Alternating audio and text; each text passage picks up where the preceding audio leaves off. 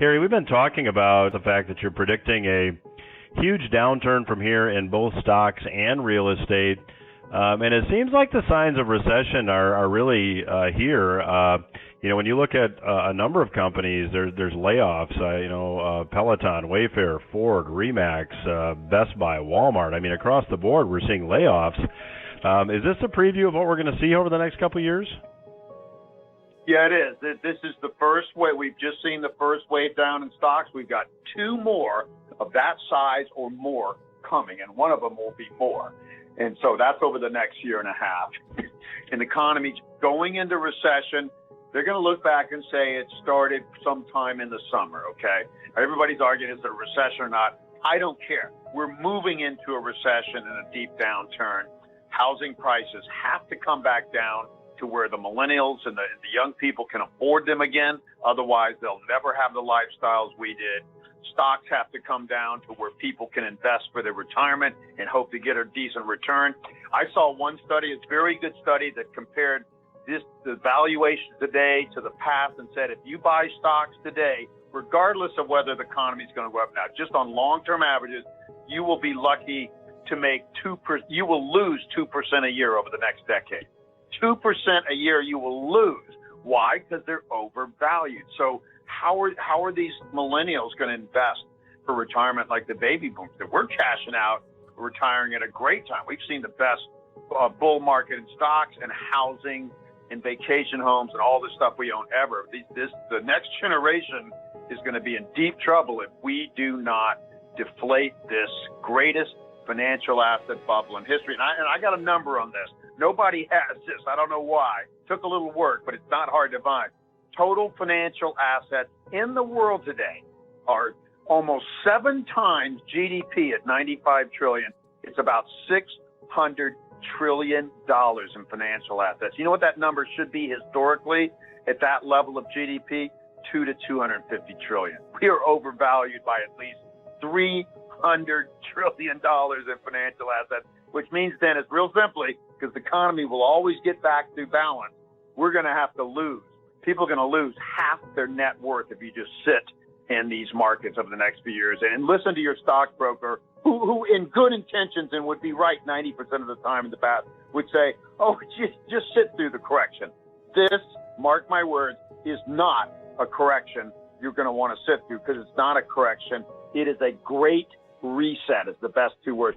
We're going to reset the greatest bubble in history, just like in 1929 before that, and just like on a 90-year cycle, 1835 before that, if you go way back.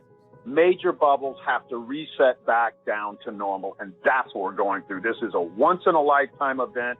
Nobody's going to warn you about it. Nobody's going to understand it until after it happens, and I'm telling you, people are going to turn around and feel like they're the dumbest person on the earth when this bubble crashes, and they go, gosh, of course it was a bubble. Look at that. Why would stocks go up 4 times in 10 years? This is crazy. This is a bubble. And if you don't think it's a bubble compared to every bubble in history, and you can't even compare it, this bubble is so much bigger, so much longer, and global. This is totally global. Everything's bubbled, all asset classes, and almost everywhere in the world. There is no precedent for this. And anybody says this is not a bubble is blind, has not studied history. This is clearly a bubble. And I'll tell you the last thing, no questions about it, unless this is the first time in all of history, bubbles only burst, and they only burst hard. There's never been a soft landing to any bubble in history. And Harry, as you were talking, stating that financial assets are overvalued by $300 trillion, it occurred to me that banks have, as assets, financial assets. So what does what you are forecasting do to the banking sector? I mean, we're going to have, we have to have banking failures, don't we? Yeah, oh, absolutely. I mean, just the loans. Most of the loans are against real estate. And if real estate goes down, I mean, you saw what the 2008 crisis did to banks and real estate. Well, imagine real estate going down 50% instead of 34%. That puts more and more loans underwater. Financial assets, people's financial assets go down, and of course they're going to feel less wealthy and spend less on margin. It's not like their income going down where it's a direct impact. This is an indirect impact. If I was worth $5 million and all of a sudden my accountant or stockbroker told me now I'm worth $2 million and I'm 5 years from retirement, you'd think I would spend a lot less and save more for retirement, knowing that I don't have as much assets. It was a mirage. Of course it is. So this is going to be a shock to investors, to consumers, but oh my gosh, banks and financial institutions, your pension plans have all these stocks in them. And they're going to pay you your pension, and your 401k plan has it. Everybody's going to get a shock on this. Nobody is as wealthy as they thought they were. This is a mirage. Bubbles are always a mirage. Before we continue, help us clicking that YouTube like button and subscribe now to our channel. This shows the algorithm that you valued this information. And it helps us spread that message. Sharing is caring. And now, let's continue. I have bad news for you. If you're not rich by now, you're screwed. And if you're in debt, you're even double screwed. How so, you might wonder? Well, the sad truth is that you're working your whole life to make someone else rich. The mega corporations, the banks, the politicians, everyone is getting richer. They get your money. And what is even worse, they get your time, they get your life. You are not even in a rat race, you're in a financial prison. But what could a solution for you look like? Honestly, I don't know, but I know what a solution for me would look like. It's very simple.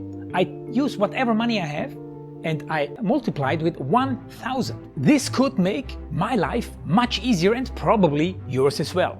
If you have $1,000 available and multiply this with 1,000, I believe that this could solve some financial issue for the one or the other. Of course, if you're ugly, you would have to multiply it with much more than 1,000.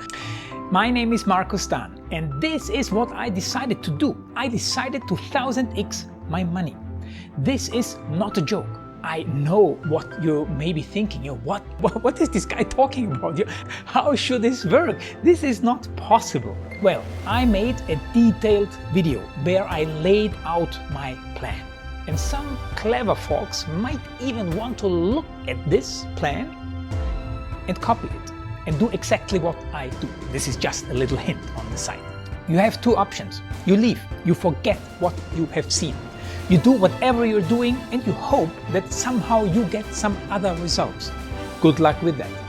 Or you click the link below the video. You enter your email address because I'm not showing this to everybody. You at least watch my video on how I plan to 1000x my money.